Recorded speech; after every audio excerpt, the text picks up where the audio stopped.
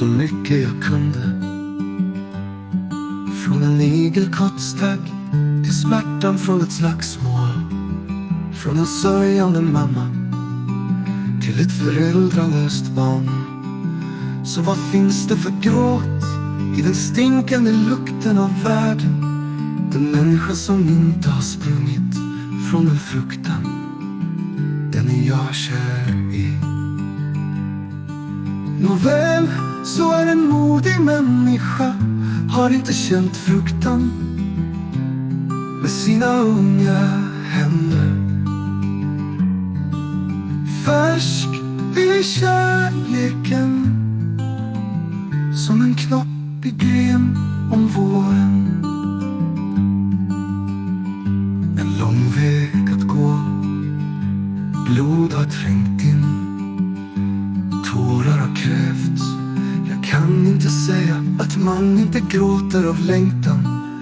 Meningen blir då lugn, min kärlek blir då lugn. Det blir lugn, lugn, en knoppig gren om våren.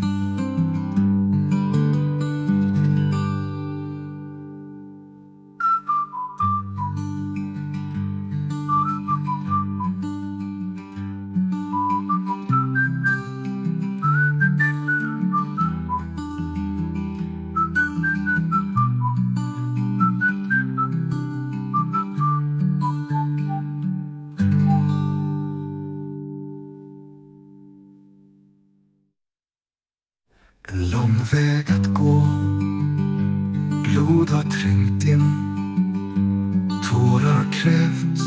Jag kan inte säga att man inte gråter av längtan. Meningen blir då lugn, min kärlek blir då lugn.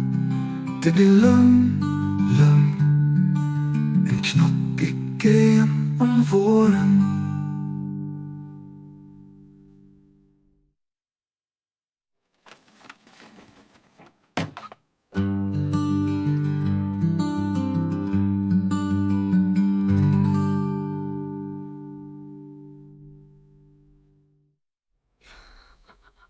En lång väg att gå, blod har trängt in, tårar har krävts.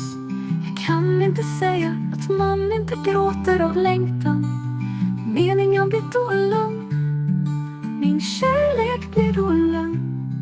Det blir lugn, lugn, en knoppig gren om vår.